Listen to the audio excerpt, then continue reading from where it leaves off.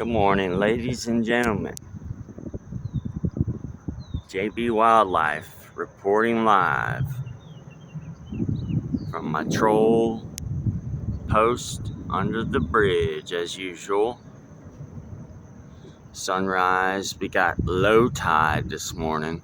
We got out here late yesterday. Saw some dolphin action. I don't see any dolphins, but you know what that means.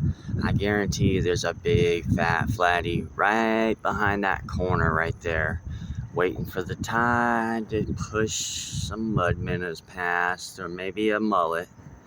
But he's gonna get a special treat when he sees one of these babies floating by. But updates coming soon.